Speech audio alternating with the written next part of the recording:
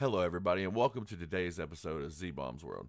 And we need to discuss something. And apparently, people in 2025 don't understand why they're supposed to tip. And that's what we're going to say out loud today. There are two kinds of people in this world. People who understand that they live in a shared society, and people who think every place they enter becomes their living room.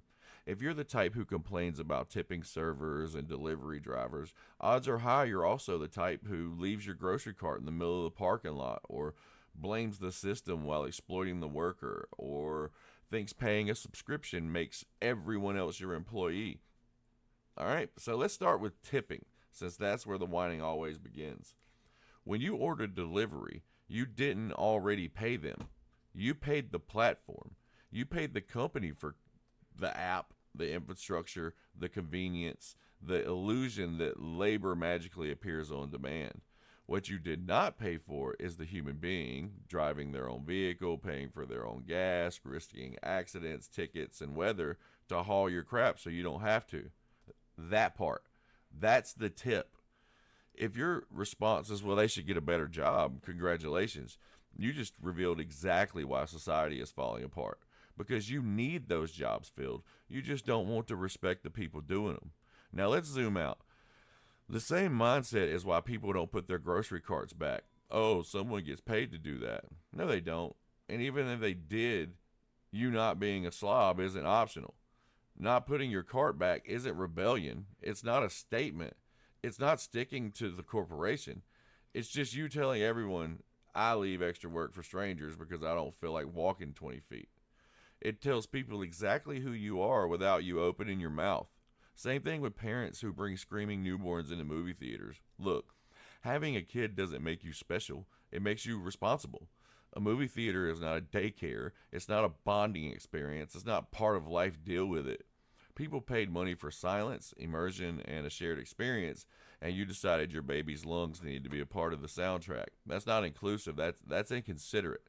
Just like tipping, just like carts, just like delivery, your choices affect other people, even when you pretend they don't.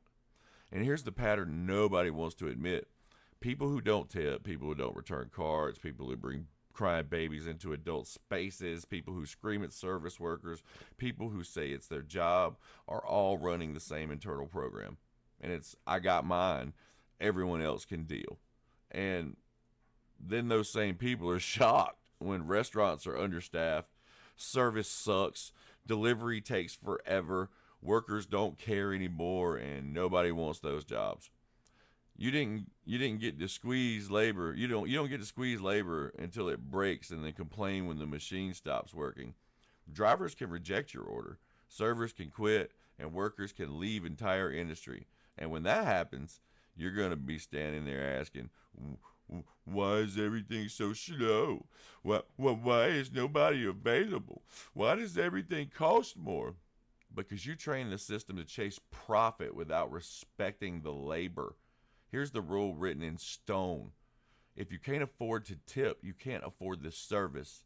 If you can't walk the cart back, you shouldn't use the store. If your child can't sit quietly, you don't go to adult spaces yet. That's not cruelty. That's civilization.